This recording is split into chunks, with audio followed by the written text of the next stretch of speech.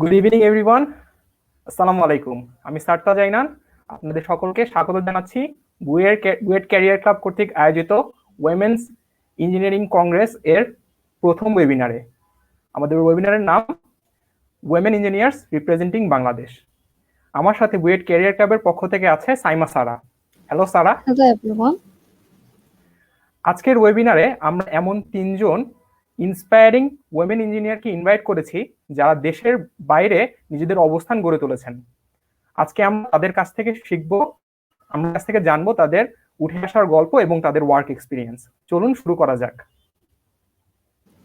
আসুন আমরা একে একে স্বাগত জানাই আমাদের আজকের বিশেষ অতিথিদের। আমাদের সাথে প্রথম গেস্ট হিসেবে আছেন শাহিনা ফেরদৌস ম্যাম, যিনি বর্তমানে কাজ করছেন ফেসবুকে মেশিন লার্নিং সফটওয়্যার ইঞ্জিনিয়ার হিসেবে। Welcome ma'am. Hello, thank you very much for inviting me, especially in the light of Women's Day. It's an honour ma'am. আমাদের সাথে আরো আছেন আনিকা শারিন ম্যাম, যিনি বর্তমানে বিশ্ববিখ্যাত surgical robot manufacturing company Intuitive সার্জিক্যালের সাথে আছেন। Welcome ma'am. Thank you, and again, thanks a lot for thinking about me and inviting me. And good morning, it's 7 a.m. for me. And Good morning. really appreciate that you guys are arranging this webinar, especially on the Women's Day specific. আমাদের সাথে আরো আছেন Shabana Tabassum ma'am, যিনি বর্তমানে university of Texas at টাইলারে triple E assistant professor হিসেবে কাজ করছেন। আমাদের সাথে আপনাদের আজকে থাকার জন্য অসংখ্য ধন্যবাদ। It's an honor to have you with us. Welcome. Hello everyone. It's an honor for me. So thanks for inviting me. তো আজকে আমাদের প্রশ্নোত্তর পর্বে আমরা চলে যাচ্ছি। তো প্রথমে আমি শাহিনা ম্যামের কাছ থেকে কিছু জানতে চাচ্ছি। আপনি আপনার এই ফেসবুকে কাজ করার পর থেকে হয়তো অনেকে আপনার কাছে জানতে চায় যে তারা এরকম জায়ান্ট টেক কোম্পানিগুলোতে কাজ করতে চায়। তাহলে আপনার এই সাফল্যের পিছনে হার্ডওয়ার্ক আর ডেডিকেশনের যে গল্পটা, সেটা যদি আজকে আমাদের বলতেন। আচ্ছা, প্রথমেই আসলে একটা জিনিস ক্লিয়ারিফাই করে নেই, আমি সফল এরকম কোনো কিছুই না। তো আর সাফল্য ব্যাপারটা আসলে খুবই আর কি রিলেটিভ আমার মনে হয়। তো আর অনেস্টলি স্পিকিং, বাট যেই স্টেজেই আমরা যাই না কেন, যেখানেই থাকি না কেন, হার্ড ওয়ার্ক, ডেডিকেশন, এগুলো আসলে kind of like bread and butter যেটাকে বলে আর কি। হ্যাঁ, তো এগুলা ছাড়া তো আসলে এমনিতেও কিছু হয় না। ওই পিওর ব্রিলিয়েন্স বা পিওর লাক বলতে আসলে কিছু নাই। তো it has to be combined with like this bread and butter, hard work, dedication, তাহলে আসলে কিছু করা সম্ভব আর কি। সো বিসাইডস দিস, যেই দুইটা জিনিস আমার মনে হয় যে আর কি সোফার আমাকে হেল্প করে আসছে আর কি, হ্যাঁ, যতদূরই এসেছি সোফার, একটা আমার মনে হয় যে consistency in knowing in my heart, যে হ্যাঁ আমি আসলে কি করতে চাই। আর সেকেন্ডটা আমার মনে হয় যে আচ্ছা, আফটার আই নো যে আমি কি করতে চাই, যে নট টু শাই অ্যাওয়ে, যে আচ্ছা লোকজন কি ভাবছে, হ্যাঁ, বা লোকজন ভাবতেছে যে ও মানে এই মেয়ের কত বড় বড় স্বপ্ন, বা আমার পটেনশিয়াল সম্পর্কে whatever people are thinking, not caring about that. আর not to be afraid to try, হ্যাঁ, যে ইভেন দো যেহেতু যদি আমার মনে হয় যে না এটা আমার জন্য অনেক north star, but not to be afraid even if I fail. তো ওইটাই আর কি, যে মেইনলি আমার মটো হচ্ছে যে when I make a decision, I own that decision, even if it goes wrong, not regretting about it, বরং এভাবে দেখা যে আচ্ছা ডিসিশনটা কেন আসলে রং হলো, কোথায় এবং কিভাবে রং হলো, এবং সেখান থেকে লেসন নিয়ে পরবর্তীতে যাতে আমি আবার সিমিলার মিস্টেক না করি সেইটা করা আর কি। তো that's it, that's pretty much what it is. Yeah, it's been working for me so far. Thank you ma'am, it's such an inspiration. তো আমরা নেক্সট কোয়েশ্চেনে চলে যাই। আমাদের নেক্সট কোয়েশ্চেনটা থাকবে হচ্ছে আমার আনিকা শারিন ম্যামের জন্য। সো ম্যাম, স্কুল কলেজে সায়েন্স ব্যাকগ্রাউন্ডে পড়াশোনা থেকে শুরু করে বুয়েটে ট্রিপলির মতো একটি চ্যালেঞ্জিং সাবজেক্ট পড়া, যেখানে কিনা বেশিরভাগ স্টুডেন্টই কিনা মেল স্টুডেন্ট, ওই সময়টাতে আপনার জন্য এই চ্যালেঞ্জটা নেওয়া কতটা সহজ বা কঠিন ছিল? Thank you for the question.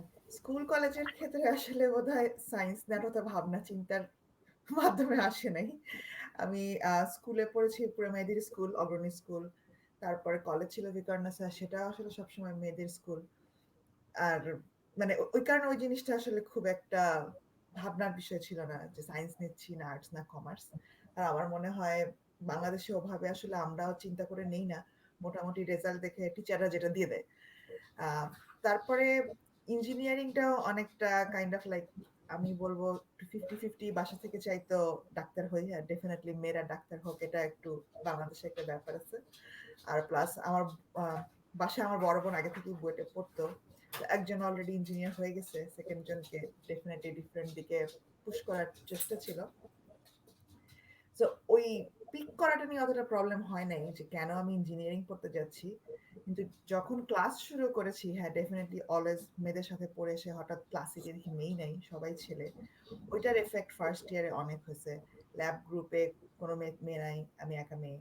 বা প্রথম যে ল্যাব গ্রুপ করতেছে, মানে আমার কাছে মনে হয়েছে এফেক্টটা যে মানে মেয়ে স্টুডেন্ট কম, এটার এফেক্টটা আমি চুজ করার আগে খুব একটা ফিল করি নাই, রাদার যখন ক্লাস শুরু হয়েছে তখন বেশি ফিল করছি। তখন অনেক ক্ষেত্রেই যেটা হচ্ছে সবাই ধরেই নেয়, একটা খুব কমন একটা ডায়লগ আছে যে মেয়েরা ইঞ্জিনিয়ারিং পড়তে আসছে সিট নষ্ট করতে। এই যে এই ডায়লগটা এটা খুবই মেন্টালি হার্মফুল। আমার 1-1 এর রেজাল্ট অনেস্টলি স্পিকিং খুব খারাপ ছিল। আমি 3.15 পাইছিলাম 1-1 এ। তারপরে বুয়েটের রাস্তায় হাতে স্যান্ডেল নিয়ে কাঁদতে কাঁদতে হাঁটছি। আমি এখনো যখন কোনো কিছু পারি না, আমি সেই দিনটা মনে করি যে আমি 3.15 পেয়ে হাতে স্যান্ডেল ঝুলায় বুয়েটের ক্যাম্পাসে হাঁটছি। তো আমার কাছে মনে হচ্ছে ওই ডিসিশন নেয়ার আগ পর্যন্ত it was like just going with the flow.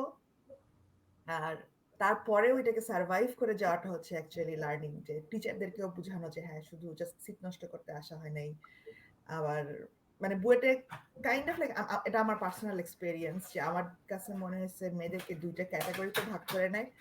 একটা ক্যাটাগরি হচ্ছে টিচার ফাইটার, আর একটা ক্যাটাগরি হচ্ছে যারা সিট নষ্ট করতে আসছে। মাঝখানেও যে কিছু একটা আছে, সেটা স্টুডেন্ট কি টিচার কেউ আসলে আইডেন্টিফাই করে না বা রেকগনাইজ করে না। তো আমি সেই মাঝখানের ক্যাটাগরির মানুষ ছিলাম, টিচার ফাইটারও না, সিট নষ্ট করতে আসিও নাই। তো it's hard to like feel connected. So আমার কাছে মনে হচ্ছে আমি প্রথম 2 বছর সেটা খুব ফিল করছি। By third year I started being more confident এবং রেজাল্টও গ্র্যাজুয়ালি ভালো হতে শুরু করছে। তো আমার রেজাল্ট ছিল এক্সপোনেনশিয়াল কার্ভের মতো, 3.15 দিয়ে শুরু হয়ে 3.96 এ গিয়ে শেষ হয়েছে। কিন্তু প্রথম 2 বছর মানে আমার কাছে মনে হচ্ছে যে আমি অলওয়েজ কনস্ট্যান্টলি ট্রাই করে যাচ্ছি যে ইঞ্জিনিয়ারিং এর ছেলে মেয়ের কোনো আলাদা ডিফারেন্স নাই, বা এখানে কেউ পড়তে আসছে মানে এই না সে ডিগ্রি নিয়ে খালি একটা ভালো স্টুডেন্ট ছেলে দেখে বিয়ে করে চলে যাবে। মানে এই যে জিনিসগুলো নিয়ে প্রথম 2 বছর মনে হয়, ফার্স্ট 1 ইয়ার আমি অনেক কান্নাকাটি করছি অনেস্টলি স্পিকিং।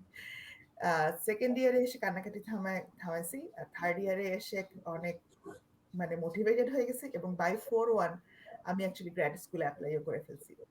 আমি আমার ক্লাসের ফার্স্ট ওয়ান ছিলাম যে গ্র্যাড স্কুল করতে আসছে, কারণ আমি 4-1 এর মাঝে অ্যাপ্লিকেশন হয়ে গেছে। যখন আমি 4-2 তে গ্র্যাজুয়েট করে বের হয়েছি তখন আমার সব অ্যাডমিশন শেষ। So it was like an exponential curve. ডিসিশনটা ইজি ছিল, কিন্তু সেটাকে মানে পুশ করে আগানোটা টাফ ছিল। Ma'am, that's inspiring for a lot of us.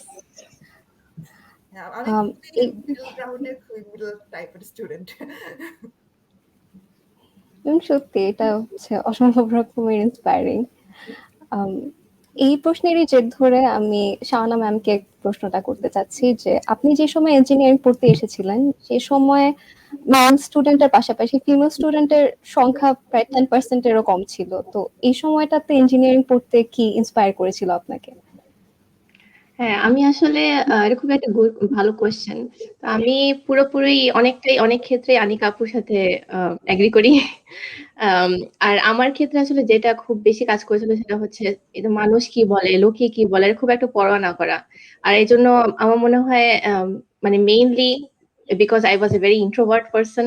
আমার এখনো মনে আছে যে বুয়েটে যখন আমাকে বলা হয়েছিল যে নিজের সম্পর্কে কিছু বলার, আমি ওখানে জাস্ট চুপ করে দাঁড়াচ্ছিলাম, কিছুই বলতে পারি নাই, এরকম ছিলাম আমি আর কি।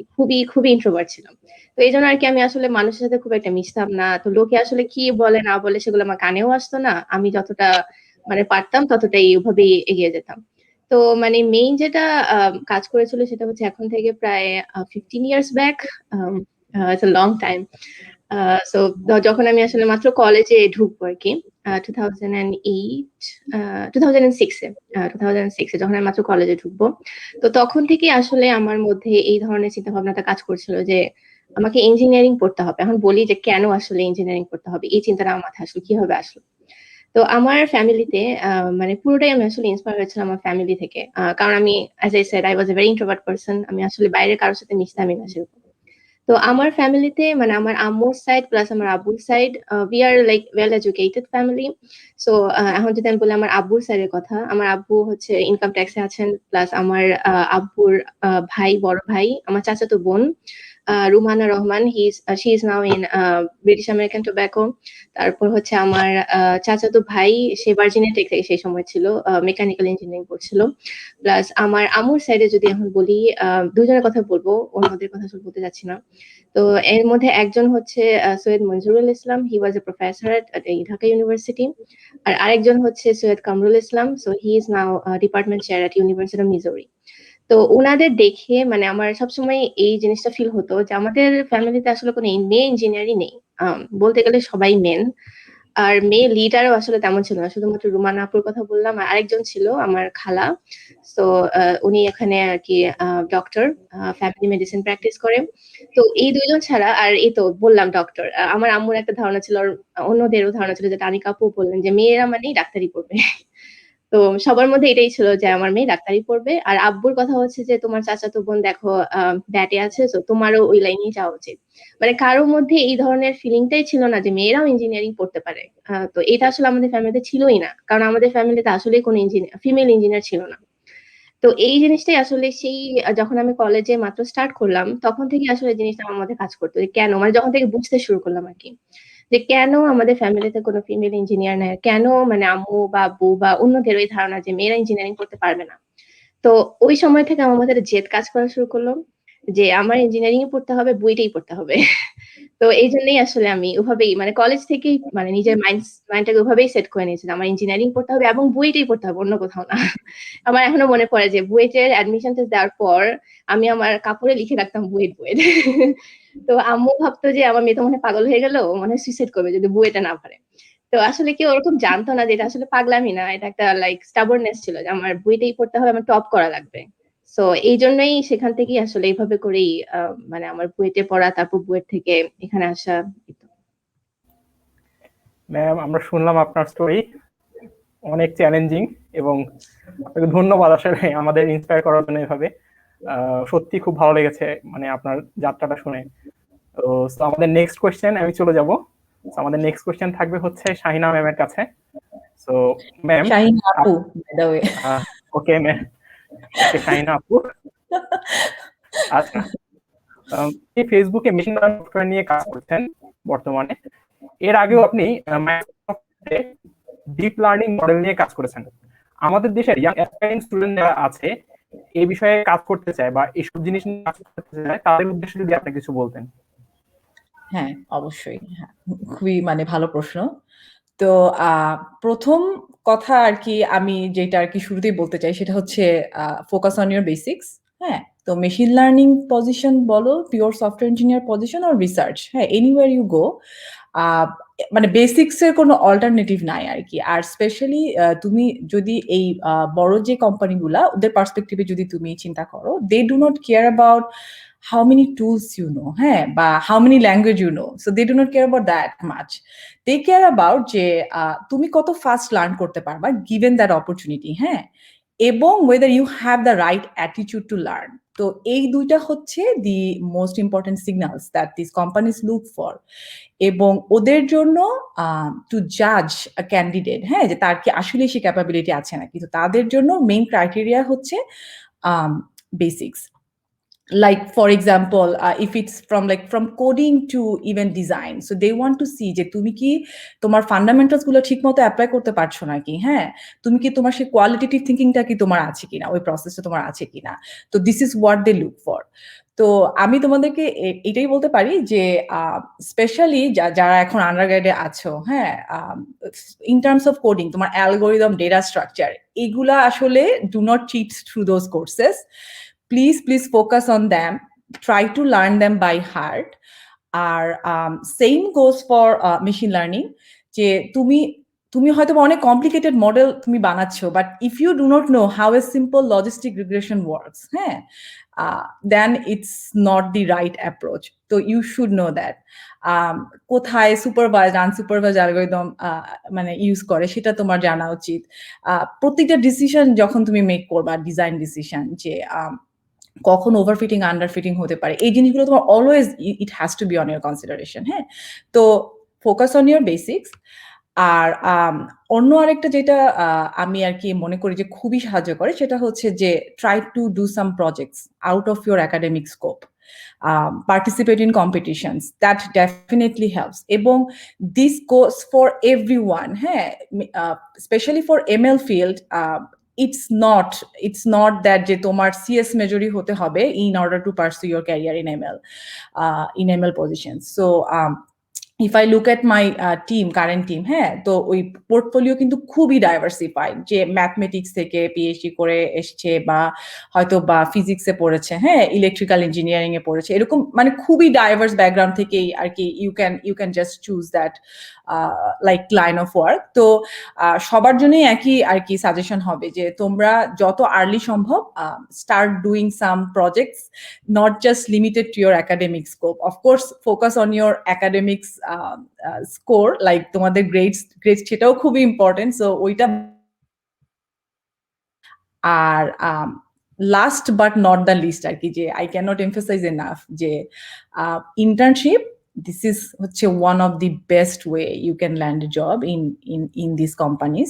তো আমি জানি যে যারা বাংলাদেশে এখন আছো, আমরাও চিন্তা করতাম না আমরা যখন বাংলাদেশে ছিলাম, যে মনে করতাম যে আমাদেরকে জীবনে কেউ ডাকবে না, so we would not even try, but that's the wrong thinking.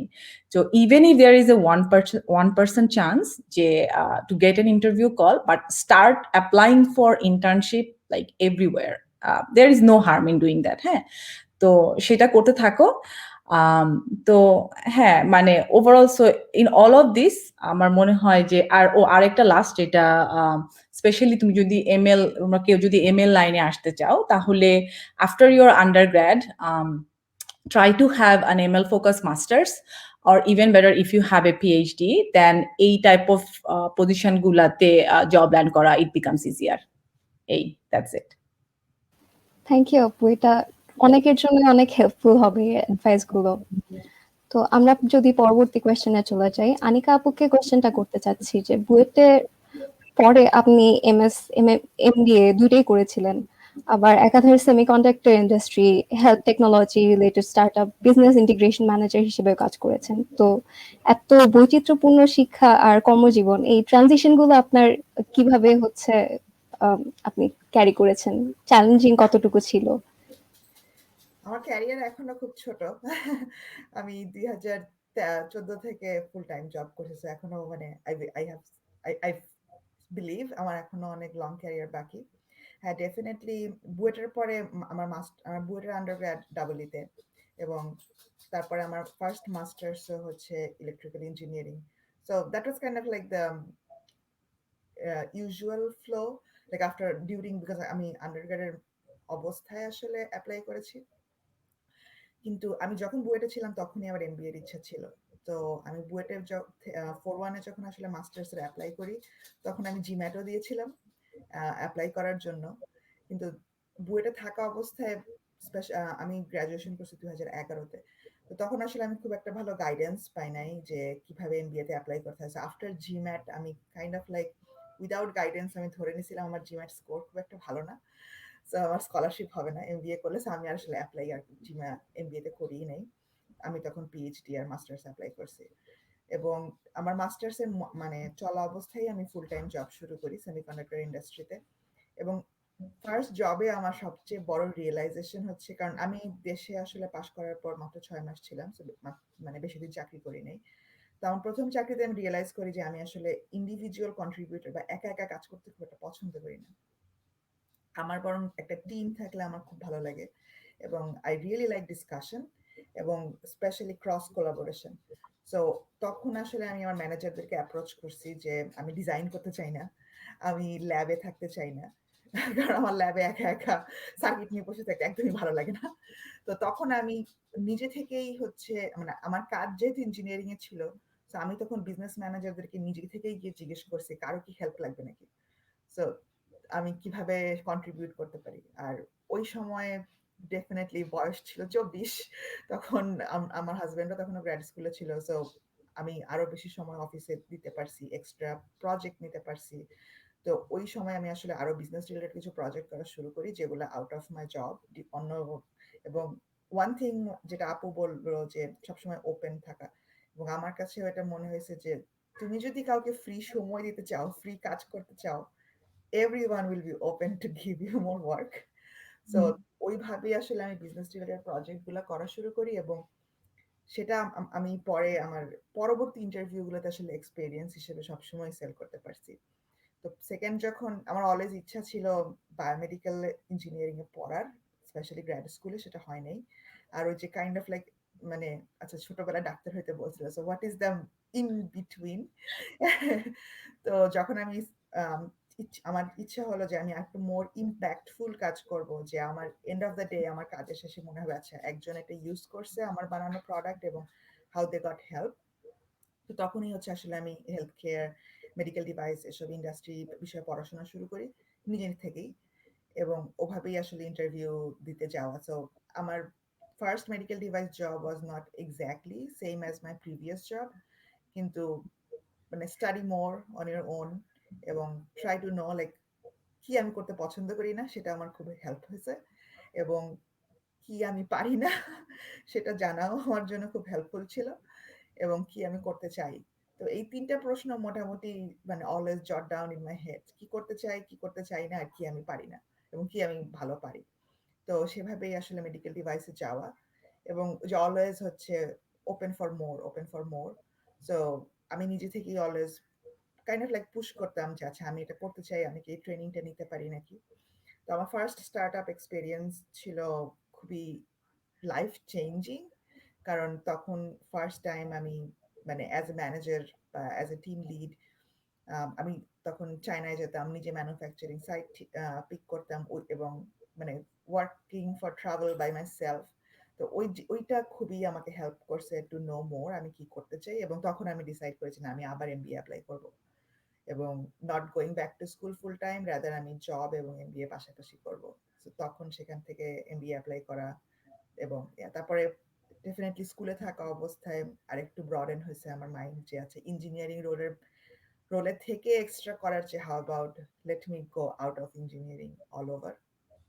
এবং যেহেতু স্টার্ট আপের ইমপ্লিমেন্টেশন সাইটে ছিলাম, কিভাবে প্রোডাক্ট বানাতে হয় বা কিভাবে আর&ডি হয় এবং অন দ্য লঞ্চ, এই কারণে আমার আরো বেশি জানার ইচ্ছা ছিল যে স্টার্ট আপ অ্যাকুইজিশন কিভাবে হয় এবং কি চিন্তা থেকে ঠিক করা হয় আছে এখন নেক্সট হচ্ছে। কারণ যখন অ্যাকুইজিশনে কেউ থাকে তখন সে চিন্তা করে 5 ইয়ার্স ফ্রম নাও কি হবে, 10 ইয়ার্স ফ্রম নাও কি হবে। এবং আরেকটা জিনিস যেটা আপুও বলতেছিল যে রিচ আউট করা, এবং আমি তারপর রিচ আউট করা শুরু করি সবাইকে, মানে স্কুলের অ্যালার্ম, আমি এই জিনিসে জানতে চাই। এবং আমি কখনো কাউকে বলি নাই যে আমি চাকরি খুঁজতেছি, বাট অলওয়েজ রিচ আউট তাকে যে হচ্ছে সিমিলার অ্যাট লিস্ট তোমার ক্যারিয়ার ট্র্যাকে আছে, এবং that work for me pretty well. এবং এখন হচ্ছে আমি একটা এআই স্টার্টআপ অ্যাকুইজিশন নিয়ে কাজ করছি, আমার ফুল টিম ইসরায়েলে, আমার কাজ হচ্ছে ইসরায়েলে আমাদের কোম্পানির ব্রাঞ্চ খোলা। So it's totally different then what I did in my undergrad, what I did in my MS in engineering. So it's like you just have to be open to do all and never underestimate someone else. যেমন আমি এখন যাদের সাথে কাজ করি তারা হচ্ছে tax attorney, এবং আই নো জিরো, রাইট? আমি ট্যাক্স বিষয়ে কিছু জানি না। তো আমি যে কোনো মিটিং এর শুরুতে আমি বলে দিই আমার ট্যাক্সের বিষয়ে খুব একটা জানা নাই, পার্সোনাল ট্যাক্স করা ছাড়া। সো ধরে নাও আমি নভিস, এভাবে আমার সাথে কথা বলো। এবং আমার কাছে মনে হয়েছে ওই যে নিজে যতটা যেটা পারি না সেটাও মাঝে মাঝে বলে ফেলা, ইট হেল্পস। মানে যতই একটা কথা আছে যে fake it till you make it, but আমি এটা মানে কখনোই ফলো করি না। যা আমি পারি না আমি শুরুতেই আমার গ্রাউন্ড রুল বলি, এটা আমি পারি না আর এটা আমি পারি। তাহলে আমার কাছে মনে হয় যে এটা আমার personal experience, I get more trust. তো হোপফুলি ক্যারিয়ার একটু আরো লম্বা বাকি থাকবে, এবং আমার recently I have a new baby who is 100 days old, so hopefully আমার ক্যারিয়ার আবার নতুন ডাইমেনশন পাবে ফিউচারে। অ্যামেজিং আপু, best of luck for your future. And আমরা আশা করতেছি যে আমাদের যারা অডিয়েন্স আছে তারা যারা কিনা ইঞ্জিনিয়ারিং ব্যাকগ্রাউন্ড থেকে ডাইভার্স বিভিন্ন ব্যাকগ্রাউন্ডে যেতে চায় বা তাদের ক্যারিয়ারটা এন্টারপ্রেনারশিপের দিকে গড়ে তুলতে চায়, এই স্টোরিটা, আপনার স্টোরিটা আমাদের অডিয়েন্সদের অনেক বেশি কাজে দিবে। So thank you ma'am again. So আমি আমার নেক্সট কোয়েশ্চেনে চলে যাব। আমার নেক্সট কোয়েশ্চেন থাকবে হচ্ছে শাওয়ানা তাবাসসুম ম্যামের কাছে। সো ম্যাম, আপনি আপনার হায়ার স্টাডি আপুই বলা ওকে। ওকে আপু, আপনি আপনার হায়ার স্টাডি কমপ্লিট করেছেন আইওয়া স্টেট ইউনিভার্সিটি থেকে। সো একজন মেয়ের দেশের বাইরে পড়া বা চাকরি সূত্রে যাওয়া এখনো আমাদের বাংলাদেশের অনেক মানুষের কাছে একটা স্টিগমা বা একটা হেজিটেশনের ব্যাপার হয়ে গেছে। তো এই ব্যাপারে আপনার মতামতটা কি? আচ্ছা, এখানে বলতে গেলে তো আসলে অনেক কিছু বলা হয়, তো আমি এটা ছোট করেই রাখি, ছোট করেই বলি।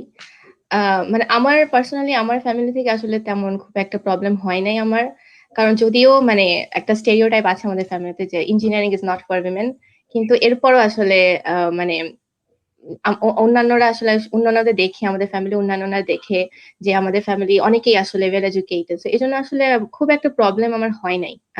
So I would say I was really privileged in that sense. কিন্তু কিছু প্রবলেম যেটা আসলে আমি মানে দেখেছি অন্যদের মাঝে, যদিও আমি জানি না, হয়তো অনেকেই বলবে it's better said than done, so তাও কিছু তুলে ধরি আর কি। যেটা দেখা যায় যে আমরা আমাদের লাইফের অনেকটা সময় পার করে দিই লোকে কি বলবে এটা চিন্তা করে, যে অমুকে কি বললো তমুকে কি বললো এরকম। তো এখন প্রবলেমটা হলো যে এই যে যারা আমাদেরকে নিয়ে মানে উল্টাপাল্টা কথা বলে যে মেয়েরা এটা করতে পারবে না, সেটা করতে পারবে না, এই সেই, তাদের মধ্যে আসলে কয়জন মানে আমাদের যখন আমরা বিপদে পড়ি তখন এসে আমাদের হেল্প করবে? কয়জন? মানে হাতে গোনা হয়তো কয়জন, বা কেউই হয়তো না। তো তাহলে আসলে কেন আমরা শুধু শুধু আমাদের টাইম ওয়েস্ট করবো এই ধরনের মানুষ কি বললো না বললো সেটা নিয়ে? তো এক্ষেত্রে আসলে আমি যেটা বলবো যে I would say it's really important to be confident. এবং মানে কি মানে তোমরা কোথায় যাবা, ধরো এখন থেকে 5 বছর পরে তুমি নিজেকে কোথায় দেখতে চাও সেই বিষয়ে একটা স্কেচ আউট করা, বা তোমার গোলটাকে সেট করা, যাতে তুমি নিজে মানে কনফিডেন্স পাও অন্যদেরকে কনভিন্স করার। আর আমি সবসময় বিলিভ করি যে কোনো ধরনের চেঞ্জ আসলে স্টার্টস ফ্রম আওয়ার ফ্যামিলি। মানে তুমি যদি নিজে ফার্স্টে নিজে রেডি হও এন্ড দেন তোমার ফ্যামিলি মেম্বারদেরকে বোঝাও যে হ্যাঁ আমি এটা আমার গোল এবং আমি এখানে যেতে চাই, not worrying about the society or the community কে কি বললো না বললো সেসব নিয়ে। তো ফার্স্টে তোমাদের ফ্যামিলি থেকে স্টার্ট করার, কারণ সোসাইটিকে চেঞ্জ করা পসিবল, কিন্তু এটা তো এমন না যে I will just snap my finger আর সাথে সাথে সব চেঞ্জ হয়ে গেল। এটা তো আসলে যথেষ্ট টাইমের ব্যাপার। তো কেননা আমরা ফার্স্টে নিজেকে রেডি করি, লাইক আমি আসলেই আমি কি জানি যে আমি আসলে কি করতে চাই, এবং সেটা নিয়ে কনফিডেন্ট থাকা যে হ্যাঁ আমি আসলে এটাই করতে চাই। এবং ফার্স্টে তুমি যদি রেডি থাকো তাহলে তুমি it becomes easier to convince your own family. মানে তুমি তোমার মা বাবা বা ইমিডিয়েট ফ্যামিলি ওদেরকে কনভিন্স করলে যে হ্যাঁ আমি এখানে যেতে চাই এবং আমি এটা করতে চাই এবং আমি নিজেকে এখানে দেখতে চাই, এবং এটাই আমার প্যাশন। তো তখন জিনিসগুলো আসলে ইজিয়ার হয়ে যায়। যদি তুমি টোটালি ইগনোর করো যে আসলে অন্যরা কে কি বললো না বললো, যারা আসলে তোমার লাইফে তেমন একটা ম্যাটার করে না, পরে তুমি যদি চাও তাহলে আসলে সোসাইটি ওদেরকে বুঝালা বা মানে পুরোটাই তোমার ব্যাপার আর কি। আমি এটাই বলবো যে take one step at a time, start from your own family, ফার্স্টে start from your own self, যে নিজেকে প্রিপেয়ার করো and then start from your own family. তারপর আরেকটা জিনিস আমি যেটা বলবো সেটা হচ্ছে যে থিঙ্ক পজিটিভলি। মানে আমাদের লাইফে তো ফেইলিয়ার আসবেই, চ্যালেঞ্জ আসবেই, তো সেগুলো আসলে take them as part of a learning experience. মানে সেগুলো নিয়ে আসলে সবসময় চিন্তা করা যে হ্যাঁ আমি এই জিনিসটা পারি না, ওই জিনিসটা পারি না, মানে এই ধরনের চিন্তা হচ্ছে যদি তুমি focus on your own strength, মানে তোমার স্ট্রং পয়েন্ট গুলো কি কি, তুমি যদি সেটা নোট ডাউন করো আর সেটার উপর যদি ফোকাস করো তাহলে সেটা আসলে লং রানে গিয়ে যথেষ্ট ফ্রুটফুল হয়। মানে instead of just worrying about your weaknesses all the time, যেটা আসলে আমাদের সমাজে মানে স্পেশালি মেয়েদের ক্ষেত্রে এটা ট্রু, যে কিছু একটা হলেই আমাদেরকে বলা হয় যে তুমি এটা ঠিক না, তো ওটা ঠিক না, এই সেই। তো আমাদের মাইন্ডসেটটা এরকম হয়েছে যে আমরা অলওয়েজ আমাদের উইকনেস নিয়ে খুবই খুবই কনসার্ন এবং পারফেক্ট হতে চাই সবসময়। তো সেটা আসলে খুব একটা হেল্প করে না। মানে যদি ইনস্টেড আমরা আমাদের স্ট্রেংথ গুলোকে দেখি, যেমন আমার ক্ষেত্রে যেটা ছিল যে আমি বললাম যে আমি খুবই ইন্ট্রোভার্ট ছিলাম, সো এখানে যতদিন ছিলাম, বুয়েটে যতদিন ছিলাম, ততদিন আসলে আমার এটাই আমার মাথায় ছিল যে আমি introvert, so I can't connect with other people. মানে I was always concern about my weaknesses. আমি আমার স্ট্রেংথ গুলোকে কখনো ডিসকভারই করিনি। কিন্তু যখন আমি আইওয়া স্টেটে আসলাম, তো সেখানে আসার পর মানে এখানের এনভায়রনমেন্টটা পুরোই ডিফারেন্ট ছিল। মানে introvert, no one really cares whether you are an introvert or extrovert, as long as you are yourself. তুমি তোমার এক্সপ্রেস করতে পারো, তুমি তোমার কাজটাকে এক্সপ্লেন করতে পারো, সবার সাথে কাজ করতে পারো, দ্যাটস ফাইন। তো এখানে এসে আমি আসলে আবিষ্কার করলাম যে আমার স্ট্রেংথ গুলো কি। তো তখন আমি I totally forgot about my weakness, যে আই ওয়াজ অ্যান ইন্ট্রোভার্ট, পুরোপুরি ভুলে গেলাম এবং আমি আমার স্ট্রেংথ গুলো উপর কাজ করা স্টার্ট করলাম। সো এরপরেই আসলে আমার মধ্যে এই চেঞ্জ আসলে, যদিও I am still not an extrovert, definitely not, I am still an introvert, but not at that extreme level that I used to be when I was in BUET. তো এগুলোই আর কি কিছু পয়েন্ট যেটা। Thank you আপু। এটা আসলে আমার যে ফেলো যে ফিমেল স্টুডেন্ট আছে তাদের জন্য অনেক ইন্সপায়ারিং ছিল। তো আমরা যদি পরবর্তী কোয়েশ্চেনে যাই, তাহলে শাহিনা আপুকে আমি জিজ্ঞেস করতে চাচ্ছিলাম যে এখন এই 2021 সালেও অনেক মেয়েরা সিএসসি তে কিংবা এই মেশিন লার্নিং এই ধরনের লাইনে পড়তে গেলে অনেকটা দ্বিধাবোধ করে। তাহলে মেয়েদের অংশগ্রহণ এই সব সেক্টরে বাড়ানোর জন্য কি কি ধরনের পদক্ষেপ নেওয়া উচিত আসলে? আমার মনে হয় এটা হচ্ছে পুরো একটা ভিশাস সাইকেল হয়ে গেছে আর কি। হ্যাঁ, তো শুধু সিএসসি না, আমার মনে হয় যে পুরা একদম স্টেমে আর কি মেয়েদের রিপ্রেজেন্টেশন খুবই খারাপ। তো এখন নর্মালি কি হয় যে তুমি যখন তোমার আশেপাশে আরো আরো পাঁচজনকে দেখবা যে তোমার মতে আরো 5 জন, হ্যাঁ, দে আর ডুইং সামথিং, তো সেটা দেখে কিন্তু তুমি তাদেরকে ফলো করতে পারো, রাইট? যে হ্যাঁ, আমার মতো ওরাও এটা করছে, সো ওয়াই নট, আমিও পারবো। হ্যাঁ, তো ওই কনফিডেন্সটা আসে। তো এখন সমস্যা হচ্ছে যেহেতু মেয়েদের রিপ্রেজেন্টেশন এইসব মানে ক্ষেত্রে এতই কম, তো মানে যারা ইয়াঙ্গার যারা আছে, হ্যাঁ, যারা স্কুল কলেজে পড়ছে, তো তাদের জন্য আসলে জিনিসটা অলরেডি অনেক স্ক্যারি, বিকজ তারা চিন্তা করছে যে এরকম একটা মেল ডমিনেটেড জায়গায় যে তারা কিভাবে সার্ভাইভ করবে, রাইট? এটা কিন্তু আসলেই খুবই, আমার মনে হয় যে এটা খুবই ভীতিকর। কারণ যেহেতু আমাদের সমাজে বা আমাদের ফ্যামিলি থেকে কিন্তু ছোটবেলা থেকে মেয়েদেরকে কিন্তু ইঞ্জিনিয়ারিং একটু ডিসকারেজই করে, মানে ইটস নট লাইক যে, তো ওইটা অলরেডি মনের মধ্যে থাকে যে আচ্ছা এমনিতেই বলতেছে এভাবে সবাই যে ইঞ্জিনিয়ারিং মেয়েদের জন্য না, এবং তুমি দেখছো যে তোমার আশেপাশে যারা ইঞ্জিনিয়ার তারা সব হচ্ছে ছেলে। হ্যাঁ, তো তখন এই জিনিসটা মানে কয়টা মেয়ের পক্ষে সম্ভব, মানে ওই ইয়াং এজেই যে ওই ডিটারমিনেশনটা রাখা যে না, আমি পারবো, হ্যাঁ, বা আমি ট্রাই করবো নো ম্যাটার হোয়াট আদার সে। তো এইটা একটা বিশাল প্রবলেম। তো এবং অনেস্টলি তুমি যদি ডাইভার্সিটিটা দেখো, যে তুমি বাংলাদেশের ক্ষেত্রে চিন্তা করলে বুয়েটে যারা পড়তে আসে যে মেয়েরা, হ্যাঁ, majority of them come from like 1 or 2 big schools, and mostly from Dhaka. So this representation matters. So এখন in order to encourage more people into like engineering or CSE, so we have to just show them more examples. That means we have to create more examples, এবং তার মানে হচ্ছে we need more girls যারা আসলে ওই stigma বা stereotype গুলাকে avoid করে গায়ের চামড়া মোটা করে হলেও আর কি চলে আসতে পারে। তো I think it can just get better day by day, যে যত বেশি আমরা এরকম এক্সাম্পল আসলে দেখাতে পারবো বা শো করতে পারবো। আর আরেকটা মনে হচ্ছে প্যারেন্টদের অ্যাওয়ারনেসটাও আসলে ইম্পর্টেন্ট। হ্যাঁ, তো আমাদের প্যারেন্টরাও আমার মনে হয় যে they also just like driven by the stigma, যে আশেপাশে যা শুনে এসেছে দেখে এসেছে সেটাই, রাইট? তো আমার মনে হয় যে মানে শুধু স্টুডেন্টদের জন্য না, ইয়াং স্টুডেন্টদের জন্য না, আমার মনে হয় যে প্যারেন্টদের অ্যাওয়ারনেসের জন্য we need some kind of like webinar conferences, যেখানে ধরো লাইক যারা already they are pursuing their career, হ্যাঁ, বা they are doing something in their life, ওই এক্সাম্পল গুলো দেখানো যে এরা হচ্ছে এরকম সিএসসি তে পড়েছে, হোয়াট আর দ্য অপরচুনিটিস। সবচেয়ে বড় কথা হলো সিএসসির ক্ষেত্রে specially the most easiest way to sell যে তোমার জব অপরচুনিটি, হ্যাঁ, এবং মানে the diverse set of job that you can get into. You can actually basically go any type of work that you want. হ্যাঁ, তো এইটা আসলে তোমার জন্য basically it opens like plenty of opportunities for you. দেশেও বলো বা বিদেশে তো of course যে the type of job opportunities that you get, the type of life you can have. এবং to show example যে it's not like you have to just have either or, like just you have to choose your career versus your life.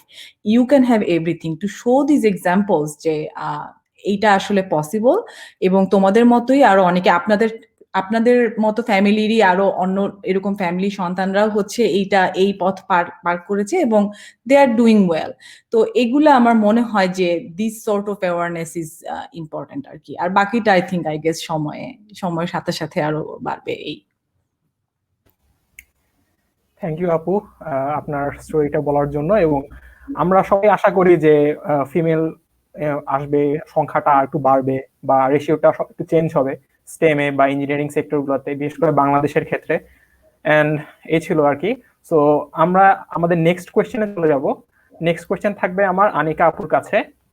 So আপু, বাংলাদেশের তুলনায় বাইরের দেশগুলোতে মেয়েদের engineering বা business সেক্টরে কাজ করার স্কোপগুলো কেমন? আমাদের দেশে ওয়ার্কিং এনভায়রনমেন্ট আরো ইনক্লুসিভ করতে আরো কি কি পদক্ষেপ গ্রহণ করা যায় বলে আপনি মনে করছেন? প্রথমে বলি বাংলাদেশে মানে ওয়ার্কিং এনভায়রনমেন্ট ইনক্লুসিভ করার জন্য কি করা যেতে পারে। এটা আসলে শুধু বাংলাদেশ না, এটা বোধহয় সবখানেই। যেমন একটু আগে শাহিনা আপু বললো যে সবখানে স্টেমে মেয়েদের নাম্বার কম, বা ফ্যামিলি থেকে বলা হয় যে আইদার অর, মানে but you can have it all. হ্যাঁ, অফকোর্স কিছু ছাড়তে তো হয় কিছু পাইতে হলে, এটা তো জীবনের যে কোনো ক্ষেত্রে, but you can at least try to have it all. তো ওই হেল্পটা পাওয়া আসলে মানে মেন্টালি, অফকোর্স এখন যখন আমরা আন্ডারগ্রেড শুরু করি 18 বছর বা 16 বছর বয়সে, এটার জন্য কেউ স্ট্রং থাকতে পারে না। কিন্তু যদি ওয়ার্ক প্লেসে ফর এক্সাম্পল ডে কেয়ার থাকে, বা অ্যাটলিস্ট খুব কাছাকাছি কোনো ডে কেয়ার থাকে যেটা হচ্ছে কোম্পানি স্পন্সর করে, এই জিনিসগুলো যদি থাকে তাহলে অনেক সময় যে এখানে একটা ড্রপ দেখা যায় যে বাচ্চা হওয়ার পর অনেকে একটা ক্যারিয়ার গ্যাপ নেয়, এবং গ্যাপটা যখন লং হয়ে যায় like 4 to 5 years, it's hard to go back, কারণ 4-5 বছরের গ্যাপ আসলে অনেক লম্বা গ্যাপ। তো ওই জিনিসটা হেল্প করা যেতে পারে আমার কাছে পার্সোনালি মনে হয়। এবং মানে শুধু বাংলাদেশ না, সবখানেই। বাংলাদেশে যেমন একটা খুব ভালো এক্সাম্পল রিসেন্টলি আমি বলতে পারি, সেটা হচ্ছে BCSIR সায়েন্স ল্যাবরেটরি যেটাকে বলে। ওদের একটা অ্যাকচুয়ালি অফিসের ভিতরে ডে কেয়ার আছে। সো যাদের খুবই ছোট বাচ্চা তারা অ্যাকচুয়ালি অফিসের ডে কেয়ারে বাচ্চাদেরকে রেখে আসতে পারে, এবং লাঞ্চ ব্রেকে they can check how is the baby doing. এখান থেকে আসলে পুরোপুরি প্রিভেন্ট করা যায় যে কেউ চাকরি ছেড়ে দিবে, ছোট বাচ্চা কেয়ারটেক করার কেউ নাই। তো এই জিনিসটা খুব দরকার। এবং আরেকটা জিনিস যেটা আমার কাছে মনে হয় যে মানে এটা হ্যাক হইতে পারে আমি রাইট নাও সেই ফেজ দিয়ে যাচ্ছি দেখে আমার কাছে এখন এগুলো মনে হয়, মেবি আফটার 5 ইয়ার্স আমার অন্য কিছু মনে হতে পারে। যেটা আমি এখানে রিসেন্টলি দেখছি যে সব অফিসে একটা মাদার্স রুম থাকে, কারণ পোস্টপার্টাম রিকভারির একটা ব্যাপার আছে, তারপরে অনেকে হচ্ছে ব্রেস্ট ফিডিং এর ব্যাপার আছে। সো ওই মাদার্স রুম থাকলে people feel comfortable even like to go there for a 10 minutes nap or downtime that helps to recover. তো এই জিনিসটা যদি অফিসে থাকে, সো অফিসের 2000 স্কোয়ার ফুটের মধ্যে 100 স্কোয়ার ফুটের একটা ছোট room, it really help someone mentally and physically to come back to work. Same thing বাংলাদেশে আমি সেটা দেখি নাই মাদার্স রুম। তো ওরকম যদি একটা রুম থাকে যেখানে যেতে পারে at least for 15 minutes to half an hour, that will also help. আরেকটা ব্যাপার হচ্ছে পুরো ব্যাপার মানে শুধু মেয়েদেরকে প্রমোট করলে হবে না যে তোমাকে ওয়ার্কফোর্সে থাকতে হবে, ছেলেদেরকেও এডুকেট করতে হবে যে কিভাবে তার ফিমেল কো ওয়ার্কারকে ওয়ার্কফোর্সে রাখা যায়।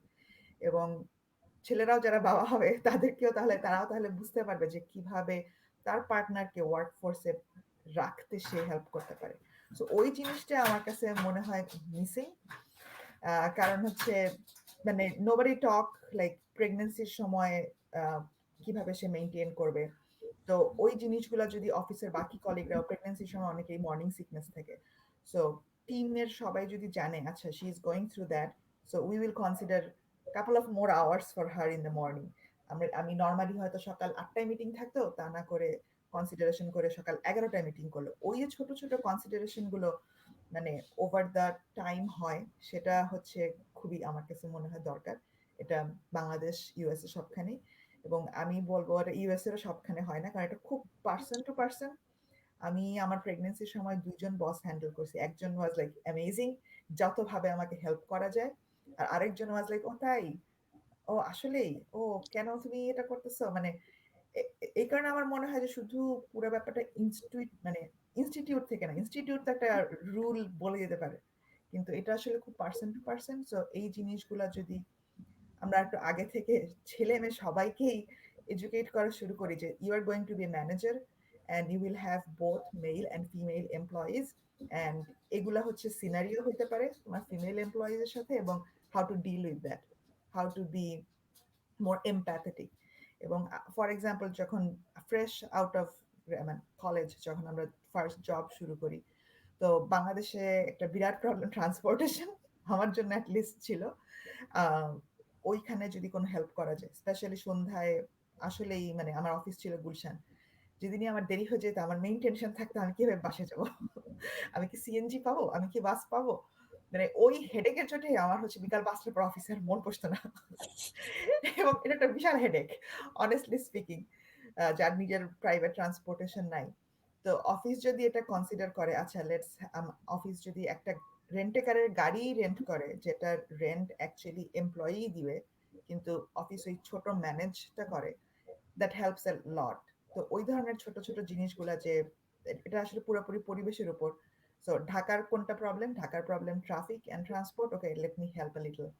ওকে, একজন নিউ এমপ্লয়ি যে হচ্ছে ঢাকার বাইরে থেকে হয়তো ফ্যামিলি নেই, ঢাকায় ঢাকায় জব করতে আসছে, তাকে মেন্টালি অ্যাটলিস্ট সাপোর্ট দেওয়া, okay you can do it, let's help you find apartment. মানে এই ধরনের জিনিসগুলো আসলে সাউন্ডস ভেরি স্মল, কিন্তু ইন দ্য লং রান এটা আসলে কাউকে তার ক্যারিয়ার বিল্ড করতে, বা অ্যাটলিস্ট যে আমরা সবাই বলতে পারি হ্যাঁ আমি অনেক বড় ক্যারিয়ার চাই, আমি সাকসেসফুল হতে চাই, মানে অনেক কিছু আমাদের লিস্টে থাকতে পারে, কিন্তু সাইডের এই ছোটখাটো জিনিসগুলো আসলে না হলে ওই লিস্টটা কখনোই ফুলফিল করা সম্ভব না। তো বোথ ওয়ার্ক প্লেস, বাংলাদেশ কি ইউএস, এটা থাকা দরকার। আর কাজের ক্ষেত্রে হ্যাঁ ডেফিনেটলি এইখানে থাকার কারণে হয়তো ফর এক্সাম্পল আমার বাট আমার এক্সপেরিয়েন্সে এটা আসলে এটাও ফিল্ড অনুযায়ী ভ্যারি করে। আমার ফিল্ডে আসলে এশিয়ান খুব কম। তো আমি রিসেন্ট সোফার আমি 4-5 সোফার এটা আমার হচ্ছে 1 2 3 4 5 নাম্বার কোম্পানি 8 বছরে। এবং যেহেতু আমি বায়োমেডিকেলে কাজ করি এবং নন সফটওয়্যার, আমার কোনো টিমে কোনো এশিয়ান ছিল না কখনো। আমি অলওয়েজ হোয়াইট মেল গ্রুপে কাজ করছি, আমি একমাত্র ফিমেল এবং non white. So I always had to show more এবং do more work, যে না আমি করতে পারি। তো ওই জিনিসটা হচ্ছে এই কারণে হচ্ছে আমাকে অনেক সময় মানে যেটা আমার কাছে মনে হয়েছে যে আমি আমি যে করতে পারি সেটা আমাকে প্রুভ করার জন্য আমাকে বলতে হয়েছে, এবং আমি সেটা অ্যাকোমোডেশন পেয়েছি। কিন্তু যেমন আমি যখন বলছি যে আমি প্রজেক্ট লিড করতে চাই, আমি নো ম্যাটার হোয়াট আমি চায়নায় গিয়ে থাকবো উইক পর উইক, ডাজন্ট ম্যাটার, আমার একা যেতে কোনো সমস্যা নেই, আমি ভয় পাই না। তো এটা হয়তো ইউএসএ থাকার ফলে আমি যখন গিয়ে কথাটা বলছি সেটা মেনে নিছে। আরো একটা ব্যাপার, এখানে আমি এটা করতে চাই, আমাকে মানা করার কেউ নাই, তাই না? আমার গার্ডিয়ান আমি নিজে। তো বাংলাদেশে হয়তো একটা মেয়ে গিয়ে যদি বলে হ্যাঁ আমি এখন 4 মাস একা গিয়ে চায়না থাকবো, তাকে মানা করারও কেউ আছে, এবং অফিস তাকে কতটা অ্যাকোমোডেট করবে সেটারও একটা ব্যাপার আছে। সো এখানে অফিসগুলোকে একটু আগায় আসতে হবে। বাংলাদেশে যেহেতু সেফটি কনসার্ন, কেউ পারমিশন হয়তো নাও পেতে পারে প্যারেন্টসের কাছ থেকে যে আরেক জায়গায় গিয়ে মাসখানেক থাকবে। তো তখন যদি কোম্পানিগুলা আসলে শুধু ছেলে মেয়ে না, রাদার ভ্যালু দেয় যে তার কোয়ালিটি আছে, সে can do that. So just because of she is female, I might have to get a better hotel, maybe $50 more per day. এই ছোট কনসিডারেশনগুলো অফিসের বাজেটে খুব বিশাল ইম্প্যাক্ট ফেলে না, কিন্তু একজনের ক্যারিয়ারে এবং আশেপাশের অন্য অন্য দেখে শেখার জন্য খুব ইম্প্যাক্ট করে। তো আমার কাছে মনে হয় ডেফিনেটলি যে কোনো জায়গায় এই জিনিসগুলা মানলে খুব ভালো হয়, কারণ অ্যাজ এ হোল মেয়েদের নাম্বার স্টেমে খুবই কম। So doesn't matter Bangladesh US, আমি এই দুই দেশের বাইরে অন্য দেশে থাকি নাই, তো অন্য দেশের ব্যাপারে আমি জানি না, বাট ডেফিনেটলি এই স্মল জিনিসগুলো দরকার আছে। Thank you. হয়তো আমরা ফিউচারে নিয়ার ফিউচারে আসলে হয়তো এরকম ইনক্লুসিভ একটা ওয়ার্ক এনভায়রনমেন্ট পাবো। তো তো পরবর্তীতে যদি আমরা শাওনা আপুকে একটা কোয়েশ্চেন করতে চাই যে আপনি বর্তমানে যে টেকনোলজি নিয়ে কাজ করছেন সেটা নিয়ে অনেকেরই অনেক ফ্যাসিনেশন থাকে যে integrated micro nano bio devices. তো এসব নিয়ে আপনার রিসার্চ এরিয়া নিয়ে যদি কিছু বলতেন। আচ্ছা, হ্যাঁ। তো আমার যেটা রিসার্চ ফার্স্টে একটু বলি যে আমার রিসার্চটা কি নিয়ে। তো আমাদের ল্যাবে আমরা যেটা করি, আমরা হচ্ছে ওয়্যারেবল আর পয়েন্ট অফ কেয়ার ডিভাইস বানাই।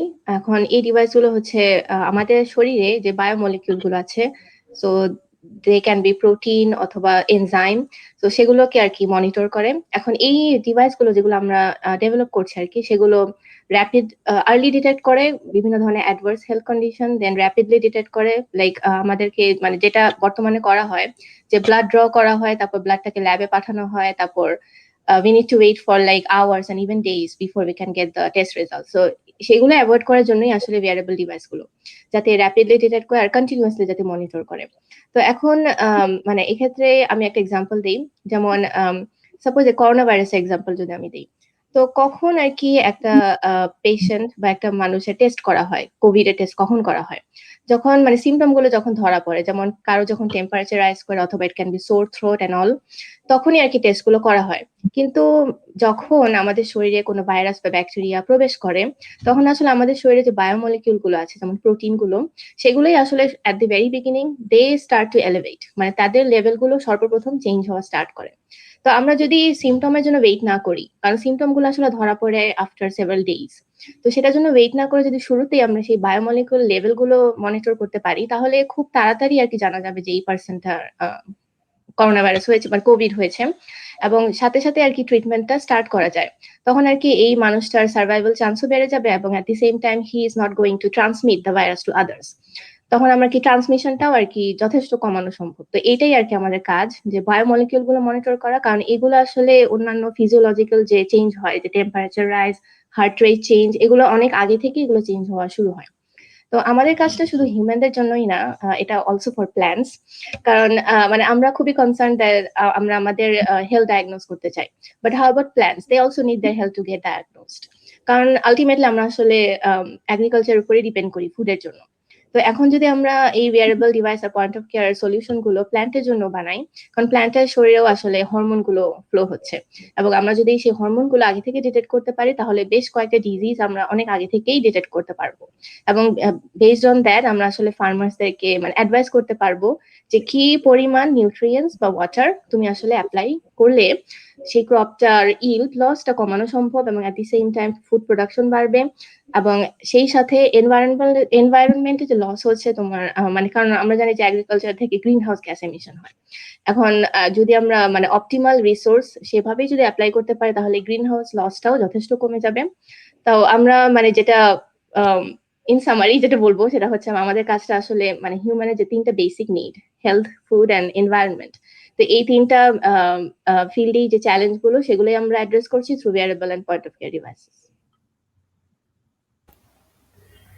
থ্যাংক ইউ আপু আপনার রিসার্চ এরিয়া নিয়ে আমাদের বিস্তারিত বলার জন্য, এবং আমি আশা করছি যে আমাদের অডিয়েন্স যারা আছে রিসার্চ সেক্টরে তাদের ক্যারিয়ার বিল্ড আপ করতে চায়, আপনার ইন্সপায়ার হবে। তো আমরা আমাদের নেক্সট কোয়েশ্চেনে চলে যাচ্ছি। আমাদের নেক্সট কোয়েশ্চেন থাকবে হচ্ছে শাহিনা আপুর কাছে। সো আপু, বাংলাদেশের অনেক ফিমেল ইঞ্জিনিয়ার স্টুডেন্ট আপনার অবস্থানে পৌঁছানোর স্বপ্ন দেখে, কিন্তু এই বড় জার্নিতে অনেকেই বেশি দূর এগিয়ে যেতে পারে না বা এগিয়ে যাওয়ার সুযোগটা পায় না। সো তাদের উদ্দেশ্যে যদি কিছু বলতেন। আর আমার কাছে মনে হয় জিনিসটা হচ্ছে যে শুধুমাত্র ফিমেল না, মেল স্টুডেন্টদের ক্ষেত্রেও এই জিনিসটা অনেক বেশি ঘটে, যে বেশি দূর পর্যন্ত আসলে তারা কন্টিনিউ করতে পারে না। সো আপনি যদি কিছু বলতেন। আচ্ছা, হ্যাঁ, অবশ্যই। প্রথমে আসলে মেয়েদের কথাই বলি। আচ্ছা, ছেলেদের হ্যাঁ সবাইকে ইনক্লুড করেই বলি আর কি। আমার যেটা মনে হয় যে একটা বড় সমস্যা আমাদের জন্য, যারা ধরো আমরা যারা স্পেশালি বুয়েটে আমরা যখন পড়তাম, হ্যাঁ, it use to take like 6 years to just complete our undergrad. তো এই যে সেশন জট বা এই লং টার্ম, এগুলো আসলে সবই আসলে ইট অ্যাডস আপ। হ্যাঁ, তো ইভেন্চুয়ালি যখন তুমি তোমার ক্যারিয়ার স্টার্ট করতেছো, all this things matters more for like women of course, because for women, like যখন by the time আমরা graduate করলাম, আমরা এখন আমাদের higher studies এ আসছি, হ্যাঁ, already that question starts to come যে like when will you settle down, হ্যাঁ, you have to like settle your family, হ্যাঁ, তোমার এখন ওই family responsibility, kids, এই question গুলো আসলে অনেক বড় বড় হয়ে আসে আর কি। তো আমার মনে হয় যে এইখানে যখন আমি দেখি যে একটা স্টুডেন্ট, হ্যাঁ, আন্ডারগ্রেড করে যখন একটা কোম্পানিতে জয়েন করে, they have like 8 years of head start. এবং আমরা বাই দ্য টাইম যখন আমরা আমাদের ক্যারিয়ার স্টার্ট করতেছি, হ্যাঁ, মেয়েরা আমাদের we already start with kid. তো it's not easy. I think Shawana এবং Anika, they also have kids, or Anika, yeah, just recent mom, so they can also tell, but it's not easy. তো এটা challenging definitely, কিন্তু এবং হয়তো বা হ্যাঁ, তোমার প্রায়োরিটির উপর বেস করে তোমার পেস তোমাকে অ্যাডজাস্ট করতে হতে পারে, so that you can like manage everything. But even then আমার একটাই কথা যে আর কি, don't give up, at least don't stop. You can choose your pace and you can adjust based on that, but at least keep trying and keep dreaming. হ্যাঁ, do not stop your dream. মেয়েদের ক্ষেত্রে specially যেটা হয় যে অনেকেই মেয়েদের ক্ষেত্রে যেটা হয় যে তারা মনে করে যে ক্যারিয়ারটা হচ্ছে সেকেন্ডারি। হ্যাঁ, তো আগে ফ্যামিলি ম্যানেজ করে যদি একটু সময় থাকে তখন তারা হচ্ছে যে যদি কিছু করা যায় ওই সময় সেটা করবে আর কি, আফটার ম্যানেজিং এভরিথিং। তো আমার জাস্ট ওই একটাই কথা আর কি যে do not consider your career secondary, just consider it just another must thing that you have to do, and then see যে ওভাবে করে ম্যানেজ করা যায় কিনা। তো try to said that understanding with your partner, like একদম from the beginning, যে be very clear যে তুমি কি করতে চাও, ক্যারিয়ার নিয়ে তোমার কি চিন্তা ভাবনা, এবং হাউ যে রেসপন্সিবিলিটি গুলা কিভাবে শেয়ার হবে। হ্যাঁ, তো এই ডিসকাশনস গুলা ইম্পর্টেন্ট। ইয়াং এজে যখন আমরা আসলে কোনো একটা রিলেশনশিপ বল সবকিছু কমিট করি, তো আমরা অনেক সময় মানুষজন আসলে they do not think about this future, যে এই যে ফিউচার এই কমপ্লেক্সিটি গুলা অ্যারাইজ করতে পারে, বাট আসলে টু নো দ্যাট এবং having that conversation starting from the starting, এটা আসলে অনেক হেল্প করে। তো so have that discussions before you make any commitment, এবং just don't give up, কারণ আমি জানি যে ওই যে আনিকা যে পয়েন্টগুলো বললো যে specially for women at some point এই প্রবলেমগুলো চলেই আসে। বাংলাদেশের ক্ষেত্রে I mean there is hardly any like daycare or babysitting facilities in a way, তো যাদের আসলে প্যারেন্ট সাপোর্ট নাই তাদের জন্য একটা উইমেনের জন্য বাইরে কাজ করা it becomes very difficult। তখন ওই যে ওই ইদার অর চয়েসটা চলেই আসে আর কি মেয়েদের জন্য। তো ওই মানে মেয়েদের জন্য যেটা আর কি হবে, সাজেশন হবে যে ওয়ার্ক প্লেসে রেইজ করো তোমাদের এই সাজেশনস গুলা, রিকমেন্ডেশনস গুলা, make more demands, make like যে হ্যাঁ we need this kind of facility so that we can go on with our career too. আর হাজবেন্ডদেরকেও আর কি একই কথা যে be like the responsible father, responsible partner, so that তোমার যে কাউন্টার যে তোমার যে স্পাউস সে তার অলসো তার ড্রিমটা তাকে গিভ আপ করতে না হয়।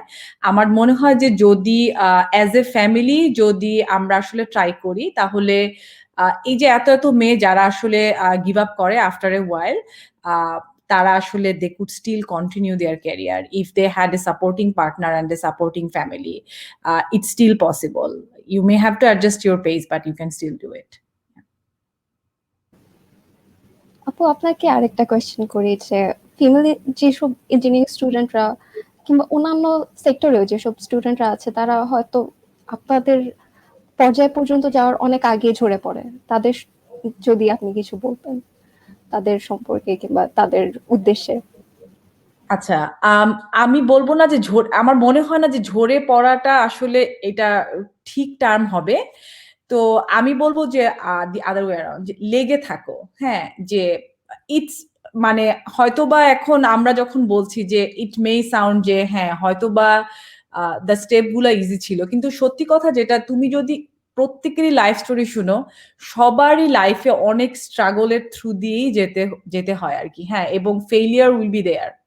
তো সো এইটা চিন্তা করার কোনো কারণ নাই যে আমি এখন এই স্টেপটাই মানে এই স্টেপটা আমার হলো না, দ্যাট ডাজন্ট মিন যে আমার মাই লাইফ এন্ডস। হ্যাঁ, আর আরেকটা যেটা হচ্ছে যে ওই জিনিসটা ফিগার আউট করা, it's okay to fail in some cases, to know যে আচ্ছা কোনটা তোমার জন্য এবং কোনটা তোমার জন্য না, এটাও কিন্তু ইম্পর্টেন্ট। যে সেইভাবে করে কিন্তু তুমি তোমার নেক্সট প্ল্যানটা সেট করতে পারো যে আচ্ছা যদি এরকমও হলো যে আমি একটা টপিক নিয়ে কাজ শুরু করলাম, বাট সেটা আমার কাছে সেটা আমি দেখলাম যে I don't like it, or it's not for me, I don't even enjoy, then what is the point? সেই ক্ষেত্রে লেগে থাকা না, বাট লেগে থাকা হচ্ছে for the things that you really care about, যে এটা আমি আসলেই করতে চাই এবং নো ম্যাটার হোয়াট, হ্যাঁ, I will try to do that. তো সেই যে তুমি যদি রিকগনাইজ করতে পারো যে this is something you want and like, লেগে থাকো। Just something failed or did not work at some point of our life, it does not matter, it will not, it cannot stop you, হ্যাঁ, just don't let it stop you, কারণ you can find a workaround to do that, and try to find out যে কোথায় আসলে improve করলে, যে কেন আসলে ধরো ঝামেলাটা হচ্ছে, সেটা ট্রাই করো হচ্ছে ওই জায়গাগুলো ইমপ্রুভ করার অবশ্যই, এবং ইমপ্রুভ করে আবারও নতুন উদ্যোগে আর কি কাজ করো, সেটাই হবে আমার suggestion. Thank you so much আপু। আমরা একদম শেষ পর্যায়ে চলে এসেছি। আমরা আসলে আরো অনেক অনেক কোয়েশ্চেন ছিল, আপনাদের কাছ থেকে অনেক কিছু জানার ছিল। তো শেষ আমাদের আমরা যারা এখনো পড়ছি ফিমেল হিসেবে ইঞ্জিনিয়ারিং এবং স্টেম সেক্টরে, আমাদের উদ্দেশ্যে যদি কিছু বলতেন আপনারা সবাই। আপু বলেন নাকি? সো আনিকা আপু বলেন সবার আগে, তো আমি রিকোয়েস্ট করছি। নাম যে দিয়ে শুরু। যেটা আমি শাহিনা আপুর সাথে একটা কথা ডেফিনেটলি ইকো করবো, লেগে থাকা, গ্রিট।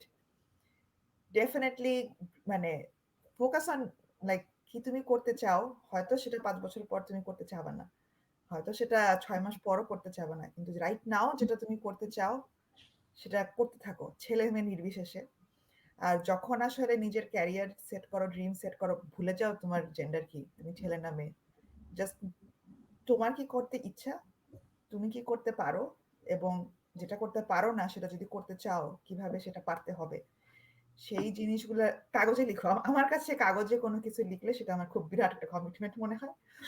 তো কারণ মাথার ভিতরে অনেক কিছুই থাকে, তো যদি আমার কাছে মনে হয় সেগুলো কাগজে লিখে নিজেকে রিমাইন্ড করা আমি এটা করতে চাই, এটা আমার করতে হবে, এবং just focus on your grid, যেটা তুমি করতে চাও সেটা যদি তোমার জন্য হয়ে থাকে তুমি অবশ্যই পাবা। খুব সাউন্ড ক্লিশে, বাট সত্যি। Good luck. Okay, so Shawana আপু যদি একটু বলতেন আমাদের ওভারঅল। হ্যাঁ, আমি আপুদের সাথে টোটালি এগ্রি করি। কারণ মানে আমি যেটা মনে করি যে সবার ট্যালেন্ট আসলে ইউনিক। সবাই যদিও মানে যেমন আমি আমার কথা বলি, যে আমার গ্রুপে যখন কাউকে সিলেক্ট করি আমার স্টুডেন্টের, তখন আসলে আমি যখন তাদের প্রোফাইল গুলো দেখি, তো সবাই আসলে মানে 2টা পার্সন টোটালি ডিফারেন্ট। মানে আমি আসলে পুরোপুরি কম্পেয়ার করা আসলে যায় না কখনোই। কারণ যেমন আমাদের ফিঙ্গারপ্রিন্ট আলাদা, প্রত্যেক মানুষের ফিঙ্গারপ্রিন্ট আলাদা, তেমনই প্রত্যেক মানুষের সাথে মানে তোমার ট্যালেন্টটা টোটালি ইউনিক। মানে তুমি আসলে একজনের সাথে আরেকজনের কম্পেয়ার করাটা আসলে যায় না। তো এই জন্যই আসলে মানে অনেকেই তার গোলে তাড়াতাড়ি পৌঁছে, বা অনেকেই হয়তো লেটে পৌঁছে। কিন্তু যদি তুমি লেগে থাকো, যেটা আপুরা বললেন, তাহলে আসলে সেখানে পৌঁছে একদিন হলেও পসিবল।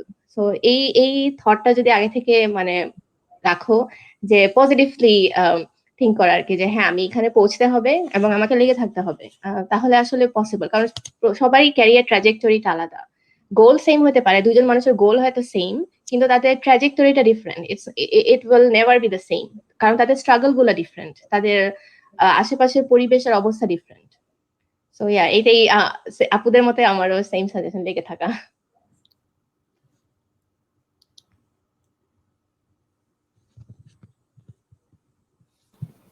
আমাদের এই সময় স্বল্পতার জন্য আমরা আসলে আর আগাতে পারছি না, কিন্তু এই সেশনে আপনারা এত ব্যস্ততার মধ্যেও আমাদের সাথে জয়েন করতে পেরেছেন, এর জন্য আপনাদেরকে অসংখ্য অসংখ্য ধন্যবাদ।